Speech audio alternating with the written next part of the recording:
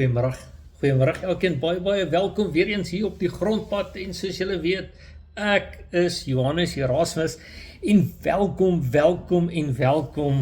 as jy nuut is op my kanaal, asseblief subscribe, like en share vir iemand wat regtig die boodskap nodig het. Maar vandag gaan ons by die deure by die huis inval en ons gepraat oor deel nommer 2 oor geloof. Vandag praat ons waar kom geloof vandaan.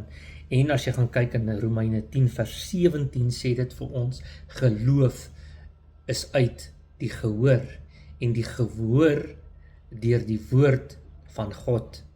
Geloof is soos 'n saad wat in jou hart geplant is. Maar die saad moet ontkiem. Nou wat doen jy om daai saad te ontkiem? Gebed. Lees van die woord van God.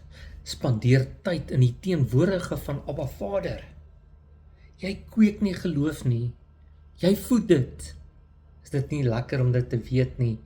Maar interessant genoeg is in Hebreërs 11 beskryf geloof as 'n vaste vertroue. Soos die wind, jy kan dit nie sien nie, maar jy sien die effek wat die wind op die bome en blare en bosse en almal is, selfs op jou hare. Maar wat beteken dit daarvan? Geloof beteken nie jy verstaan alles nie. Dit beteken alleenlik jy kies om die hand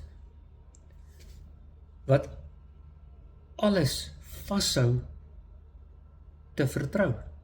Selfs wanneer die pad vorentoe nie moeilik gaan wees. Interessant genoeg is geloof groei gewoonlik dikwels die beste in die storms. Daar waar jy op jou knieë staan, daar leer jy om 'n dieper verhouding met God te hê en op hom te leun. Jou geloof word nie vernietig nie. Dit is selfs 'n anker. Selfs wanneer jy twyfel. Kyk na Petrus en Thomas, dit beteken nie jou geloof is weg nie. Dit beteken net jy is nog op pad. Geloof is nie 'n stel reëls of tradisies nie. Dit is 'n lewendige verhouding wat jy het. Dit is soos petrol in jou tank, al is dit baie duur, vir daai grondpad gedeeltes. Geloof kom van God.